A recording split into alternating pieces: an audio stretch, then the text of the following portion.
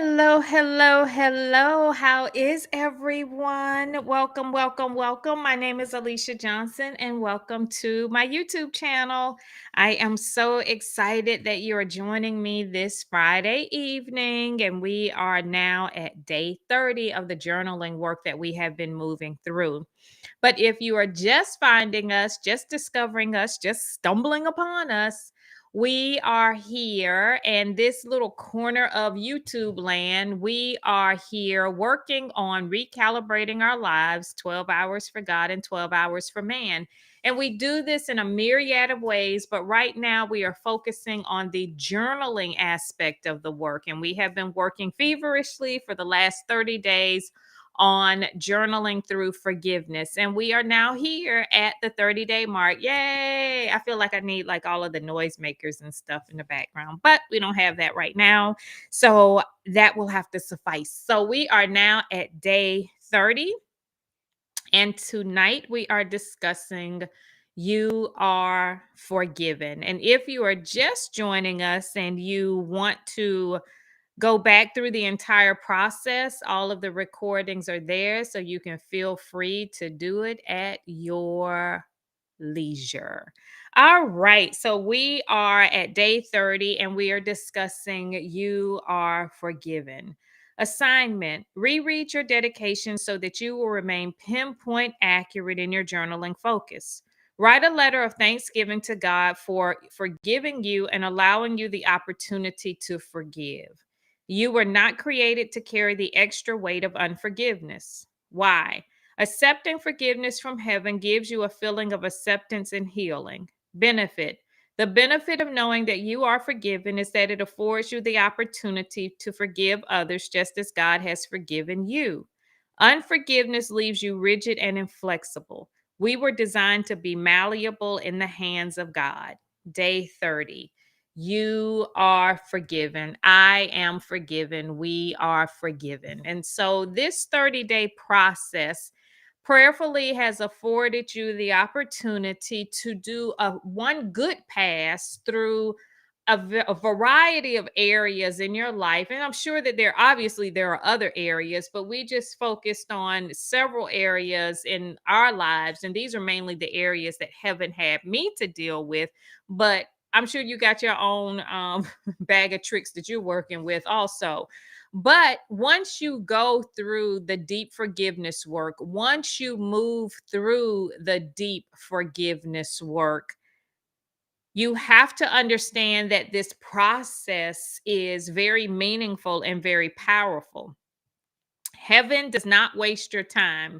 Heaven does not waste time. Heaven understands how precious and valuable time is to us because we are in human form. So heaven does not operate in the way that man operates. Heaven is very strategic. Heaven is very how can I put it, focused on the things that heaven needs us to accomplish.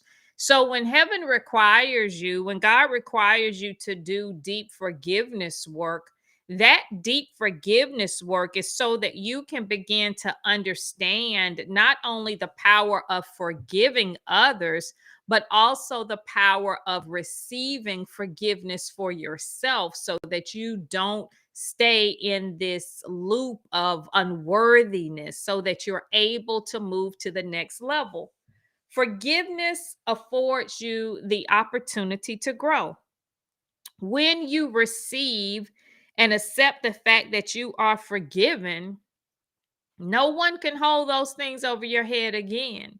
This is why I am so able to and willing to talk about all of the indiscretions from my own life. I'm able to discuss some of the things that a lot of people would want to keep in the closet and just, keep their skeletons. But because I know that personally, I have been forgiven, there is absolutely nothing that anyone on this side of heaven can say to me to diminish me. There is absolutely nothing that anyone can bring up from my past that would embarrass me. There is absolutely nothing that heaven has not given me the opportunity to deal with that I am afraid of being revealed. And that is a very powerful place to be. And you deserve the opportunity to operate from a place of power. Now, it is not for the weak of heart. It is not for those people that are concerned about what other people think. It is not for those people who feel that other people have power over you. It is not for people who feel that their past is all that they will ever be. There are some of all of their mistakes. So these are some of the things that you have to overcome when you start to enter into a space of understanding that you want to forgive and you also want to be forgiven. Now, the beautiful part, one of the most beautiful parts about the forgiveness work is that heaven wants you to do it in the secret places. Heaven does not delight in airing your dirty laundry out into the world. The world likes to do that. The world is really messy. God is not messy. God wants you to do the work in the secret places because when you do the work in the secret places, you give heaven the opportunity to reward you openly whenever heaven sees fit. So that you don't have to go out here and do the humble brags. You don't have to go out here and tell people how far you've come. You don't have to go out here and prove anything to the world because when you are in complete alignment with heaven, heaven goes before you. God knows the exact time, the strategic time, the exact place with the exact people at the exact moment to reveal whatever aspects of your life heaven needs to reveal. There's a part for you to do, there's a God part for God to do, and there's a part for others to do. Most of us waste so much time trying to operate in the wrong capacity that we miss our part totally. We are trying to bring light to situations that heaven wants to keep in the dark. We're trying to put our best foot forward so that other people can believe certain things about us. We're trying to massage our image and to have such a well manicured image that we seem spotless and stainless, and life is messy. Life is messy. And this is why it's very important that you begin to show up for yourself as comfortably as possible. Like, be the truth of who you are. We have good days, we have bad days. Sometimes we're up, sometimes we're down. Sometimes you the gum, sometimes you the shoe. I mean, it all depends. But accept and appreciate it and love it all. And when you learn to love every aspect of your life, forgiveness is going to come easier. Forgiveness is going to come easier. And you're going to be able to forgive more readily. Now that you have gone through the entire 30-day process, and I know that some of you personally have gone through this multiple times. And after going through this work multiple times, it's almost like you develop a superpower. Like after the first time I went through the forgiveness work, it was so liberating. Just the fact that I was able to put words and put a voice to all of the areas of my life where I was trying to hide them and stuff them. Just the fact that I was able to even speak it out into the atmosphere, that was liberating in and of itself. That was the first time. The first time. The second time, when you start to feel the power of the release of the first time, it kind of triggers something like, that if that was the worst that I'm going to feel doing any type of forgiveness work, and that opened me up to see things. Like when you start to do the forgiveness work, the Bible talks about like the scales falling from your eyes. When you start to do the forgiveness work, when you do it the first time, you are starting to change on a cellular level. You are starting to change spiritually, mentally, and physically. The changes are subtle, but nonetheless, there are changes because you're going to start to feel lighter. You're going to start to feel you start to think more clearly because um these past sins, or however you want to say it, the past areas where you have missed the mark, those things are no longer weighing that heavy on you, so you can start to move deeper into conversations where you may have been guarded before. So prime example, so when I went through this forgiveness work the very first time, and the forgiveness work for me, I did it like around the time that my husband and we were having major problems in our relationship. After that first pass, it's like all of my conversations with him changed. After I released like all of these indiscretions, all of this junk that I was hiding, all of the secrets, all of the things. So you see, when you're operating at a level of needing forgiveness and needing to to be forgiving and all of that, that's a heavy burden to carry. And so this is why the world teaches you to keep your head on a swivel, because you got so much junk out there. So you got to watch what you say. You got to make sure that when other people with you, other people who know your junk, then you got to make sure that they watch their mouths. Like you're always on guard. Like, don't say that, don't say that, don't say that, don't say that, don't say that. Don't mention that. Don't mention that. Don't mention that. We got to make sure our stories match. We got to make sure our stories match. We got to make sure, the eye contact and the this and the and the and you try, you doing all of these little symbols and gestures and all of that. That is heavy, y'all. That's a lot to carry. The first pass at this forgiveness work freed me so much so that when I would run into those people that knew my secret or knew the dirt that I was doing and all of those things, how liberating was it when they would say things like, I got dirt on you. No, you don't, because I done told it all. What? How could you do that? There are just certain things I would just take to the grave. Are you crazy? See, when you start to release your own dirt, when you start to free yourself, when you start to seek forgiveness on your own, you are messing up a whole lot of people because people like leverage. People like to know that they have things that just in case they can use it against you. People like to know that they got dirt on you and you got dirt on them. And so, because I came clean, then that frightened other people because they were afraid that this was going to force them to come clean. Because now there was no leverage. It is such a liberating experience.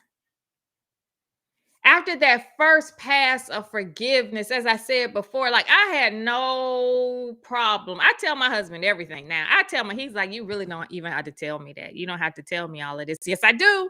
Yes, I do. I tell him everything, everything,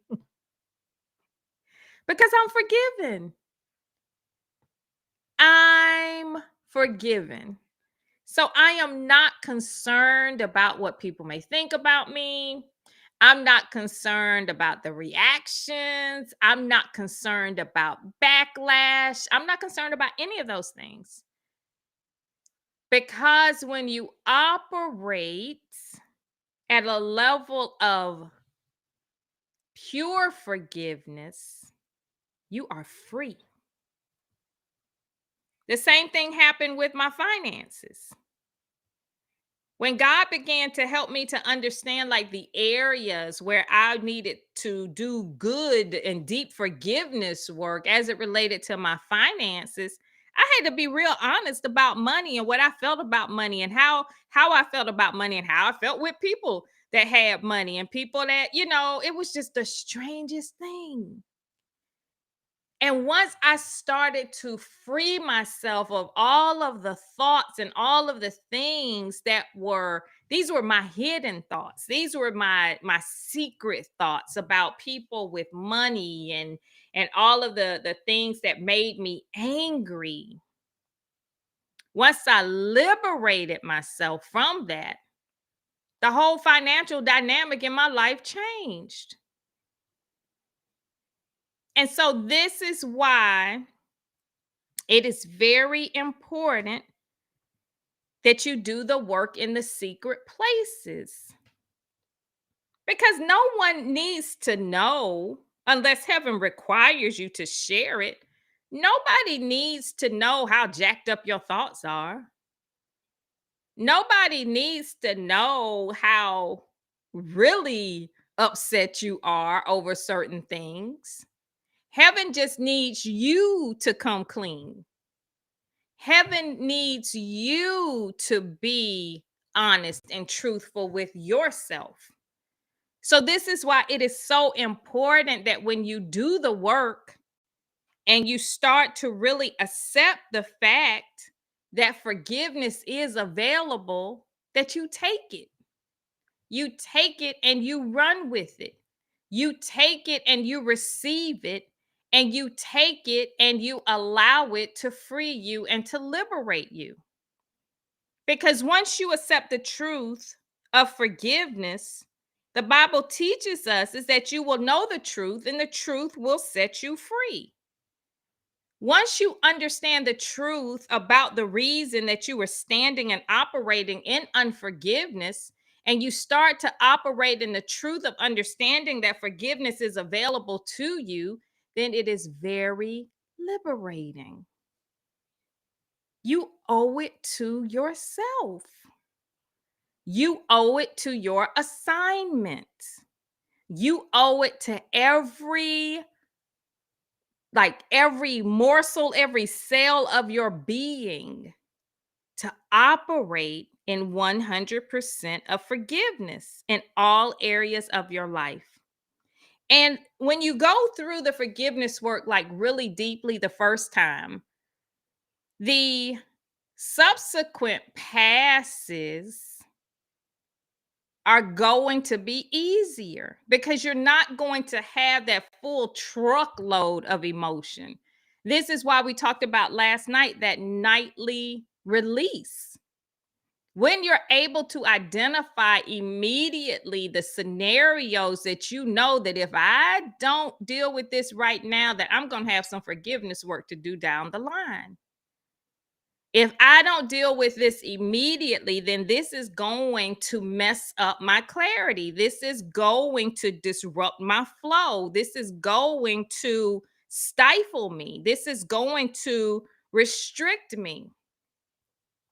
And when you begin to understand how delicate your assignment is, and by assignment, I mean that every single person here on this planet who has breath in his or her body has been sent here for some aspect of the kingdom building process. Some aspect. We are all parts of the body of Christ if you are a believer. Some of us are the hands, some of us are the legs, some of us are the mouthpiece, some of us are the eyes, the ears, every aspect of the body. Some of us are internal organs, some of us are here to cleanse, some of us are here to circulate, some of us we all have different assignments. There are so many parts of the body that everybody has a role to play. And just like with your body, you know how your skin, like you shed skin, you shed hair, you shed. And so there's research and all of that that tells you how many times you shed your skin and how often you shed hair and things like that. That shedding away process, and when your cells die, that's like when people transition from earth. So when people transition from earth, that's like a layer of the body being shedded so that a new layer can be replaced. So there's always work for us to do. And it is important that you do the work that you have to do during the time period that you have before you shed. And in the different seasons, like you can tell, like your skin sheds, you can tell the different dynamics that the weather plays and all of those things. So it's important that you begin to understand and make that correlation that our time here, it's a very finite time in this earth suit, in this opportunity that we have. And the quicker that you are willing to be forgiving, and the quicker that you are willing to accept forgiveness, is going to redeem the time. Allow forgiveness to be a tool that you use to redeem the time. And you may be asking, how does forgiveness redeem the time?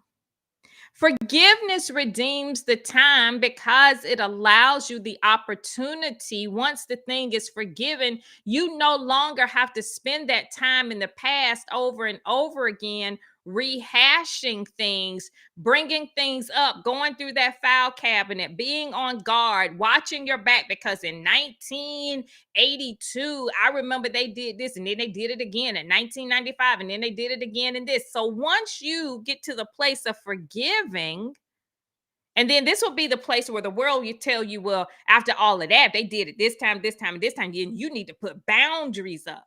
I don't believe in boundaries. And when I say I don't believe in boundaries, I don't believe in the worldly boundaries that people say set. I believe in elevated boundaries. I believe in rising so high above the situation that in order for someone to reach you and to even be an inconvenience for you, they themselves have to rise so high that they're not going to do the work. And I say this because this is what I do. This is what I have done over the years. When you begin to rise higher, the people that are trying to keep you at a certain space and trying to serve as obstacles, they can only serve as an obstacle if you are at the same level.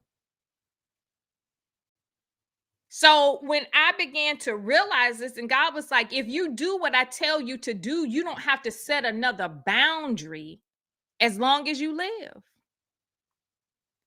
And that was very powerful. And when God started to prove it to me. So, for example,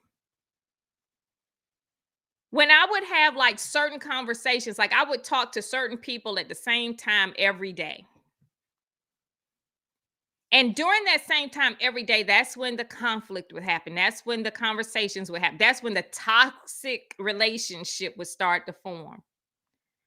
And God was like, if you would just wake up earlier and do what I told you to do, by this time of the day, you would be so tired that you couldn't even engage in that conversation. I can't even talk to you right now. I'm getting ready to go to bed because I got to be up at 4 a.m. in the morning. I ain't even got time for this. So I didn't have to set a boundary. I just had to rise higher. So in order for any people that were at the same level that I was, and the same mindset and the same conversations, now if they want to engage with me in conversation and to keep the mess going, then you're going to have to get up at 4 a.m. You're going to have to get up at 4 a.m. with me. And you're going to have to get up at 4 a.m. And then we're going to have to pray first and spend time with God. And then if we have time after that, we can talk. But not 1 second before.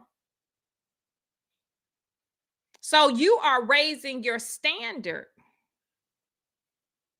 So for the people that, say, for example, you would hang out in a club with, and you would do all of those things with, and you would, be out to 2, 3 in the morning, You don't have to put up it with any, you don't have to put up any boundaries saying, if they call me at 9, I'm just gonna have to say, no, I gotta set that boundary.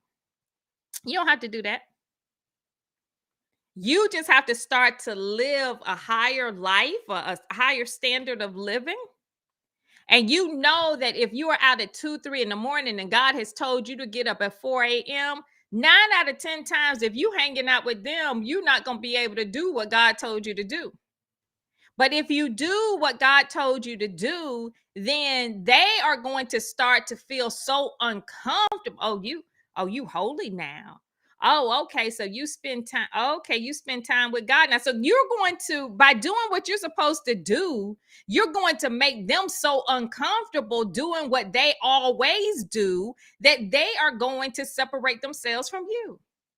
I don't even feel right, hanging out with you like this. I don't even feel right, talking like this. You can't be cussing around her because she all saved. Now you can't be drinking around her because she be acting.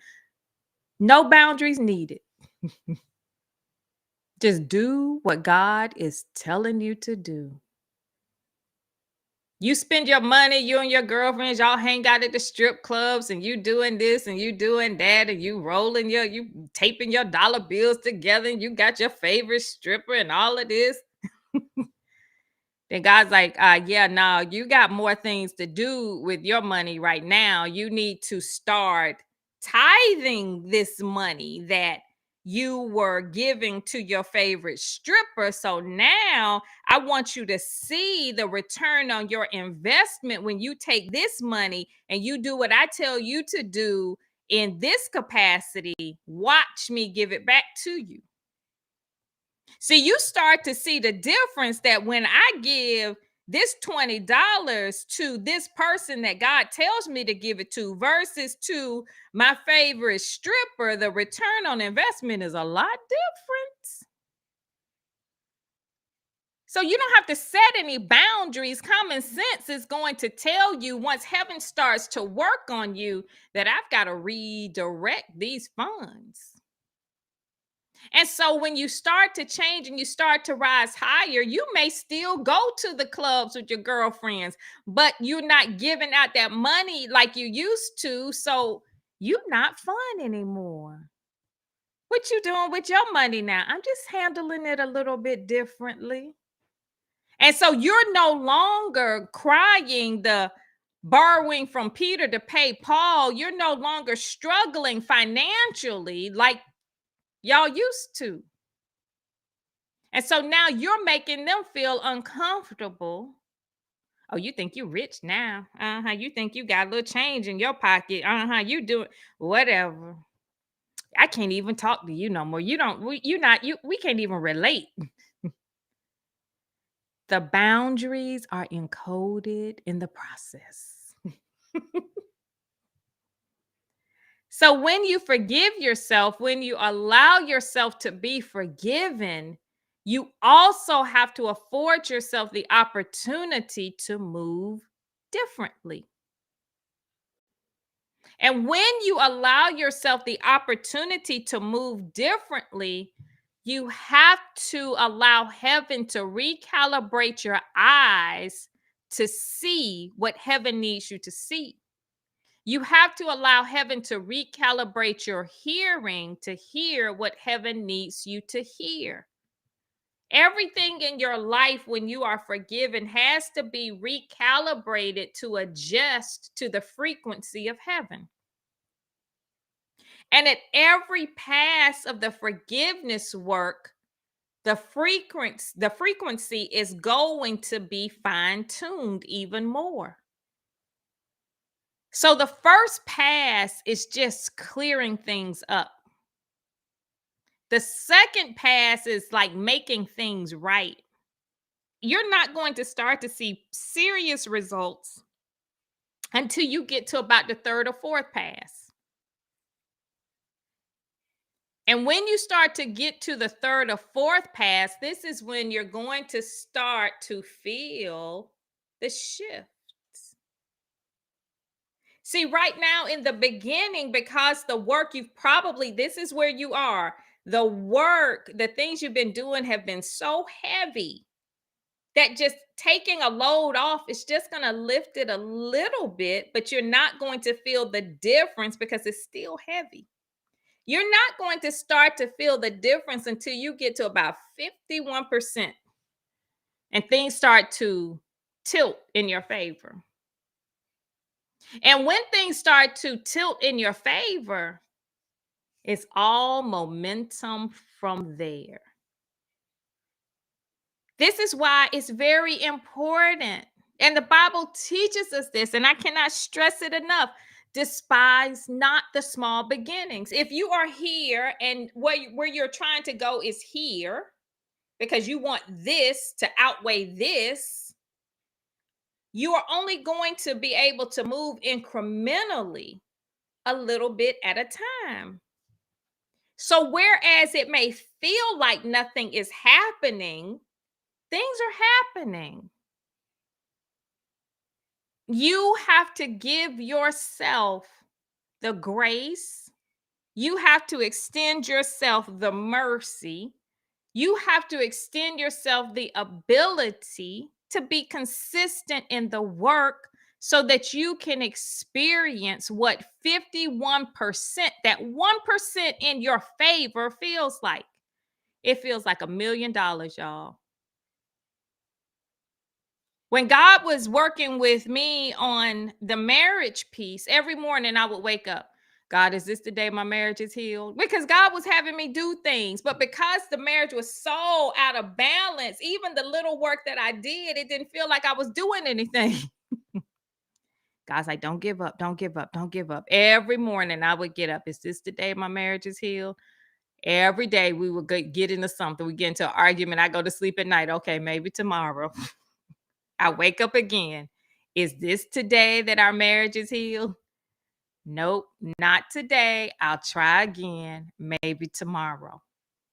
But each time I would ask, and each time I would get the answer that not today, that doesn't mean that it wasn't working. It just meant that I had not reached the 51% mark. When I reached the 51% mark, that 1%, you can feel the shift in the atmosphere. You can literally feel the shift in the atmosphere, and you know that, oh my gosh, game on. The game does not really start until you get to that 1%, that 51%. Prior to that, all you're trying to do is level the playing field. And because most of us have been embroiled in the mess for so many years, we give up too soon. And God was like, when God began to show me this was absolutely hilarious to me. God was like, do you realize how long your angels, how long heaven has been trying to get your attention? How frustrating this has been? All of the signs, all of these things, like 5 years, 10 years, 12 years. Heaven laughs at us. We do something for a good 12 days and we get mad. We get mad. And I get this question a lot, especially when new people cross my path and they get excited about converting their man-made circles into God-made circles and starting to move the needle and move through the process. And they start to get inklings of what could be, and they start to feel the change and they start to feel the transition. They get excited. They're like, how long you think it's going to take? How long you think it's going to take? Because I'm seeing a few things, but I'm not sure. Because is this like 3 months? Is this 2 months? Is this going to be 2 weeks? Is this going to be 6 weeks? A lot of times people don't like my answer, but the answer is what it is. It has not changed. Give God equal time. Give God equal time. If you've been involved in the mess for 5 years, give God equal time to get you out of it. Because a positive plus a negative equals a goose egg. If it's a positive one plus a negative one, you're getting a 0. So heaven has to represent you with a lot of the similar scenarios so you can simply cancel out what you've done wrong.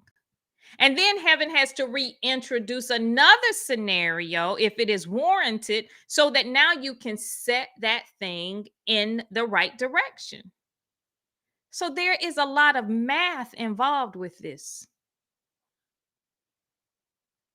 I believe that God is the greatest mathematician ever. God loves math. God loves numbers. Numbers don't lie. Numbers don't lie. Your body doesn't lie either. But tonight is the night that I want everyone to accept forgiveness. I want everyone to accept the fact that if you have asked heaven to forgive you, that heaven will forgive you. So for those of you who have just what are we at 8:30? Oh, we're after 8:30. I try to do these for 30 minutes a night. And so if you have just found us, then welcome, welcome, welcome, welcome. We are at the end now of our 30-day journaling challenge for forgiveness. Don't fret, because if you want to follow us and follow the previous recordings, they are here on the wall. But we will also be doing a lot more here on YouTube, and we're picking out different topics that we feel are sort of universal, if you will, that everyone can benefit from. And this is one of the reasons why we chose forgiveness, because forgiveness is for everyone. Everybody needs forgiveness. I don't care what race, creed, color, denomination. I don't care who you are. Okay. If you on this planet, you living here on earth, you're going to have to deal with some kind of forgiveness work. So this is why this is here. If you want to learn more about the community and the work that we do, the website is here at the bottom. It's the 1212community.com. Okay, so you can feel free to join us there. We also have another journaling challenge, and just go to 1212community.com and you can get more information there, or you can also find us on Facebook. And so you can just search us for search the 1212 community there, and you'll find us there. And we have a private Facebook group, and you can join us online. So that's it's a pretty live group. It's a pretty lively group. And if you want to learn more about our memberships and all of that, Cynthia Flores, she will be there on that wall. Our next challenge that we will be doing at 5 a.m. is journaling for relationships. Journaling for relationships just in time for the holidays. Okay, so you'll be in good relationship by the time the holidays come. So we are going to start that challenge October 31st. So feel free. I'm not sure how this whole I'm learning YouTube, so I don't think you can do clickable links and all of that here, but we will put it in our bio on our on the YouTube page, so you can feel free to find us there, or you can just go online and search for Alicia Johnson, and I'm everywhere that there is social media, so you can find me or the 1212 community. So and by the time we do these again, we'll probably have all of that worked out. But like I said, I'm just learning this whole YouTube thing, so I'm sure there's probably some way we can get this stuff posted, and you can do that. We're doing this through Restream, so we're learning that as well. But anyway, it has been my pleasure to serve you during this 30-day process. I pray that you have garnered some wisdom, that you have dealt with some areas of forgiveness, and that you just don't leave the work here, that you incorporate it in your life, that you put this little tool in your toolbox and you pull it out when you need it. So y'all have a wonderful, wonderful weekend. Thank you so much for joining me. And I'll see y'all around real soon. We're going to put something up here probably in a couple weeks or so, but I'll be popping in every now and again as it relates to YouTube and shorts and all of that. So this will not be the last that you will see of me. We are just getting amped up. And invite your friends. You can share it. You can share it. Subscribe, like us, so that you can keep track, so that you know you'll get notifications when we do go live again. Love you all. Thank you all. Sweet dreams. And I'll see y'all around real soon. Have a good one.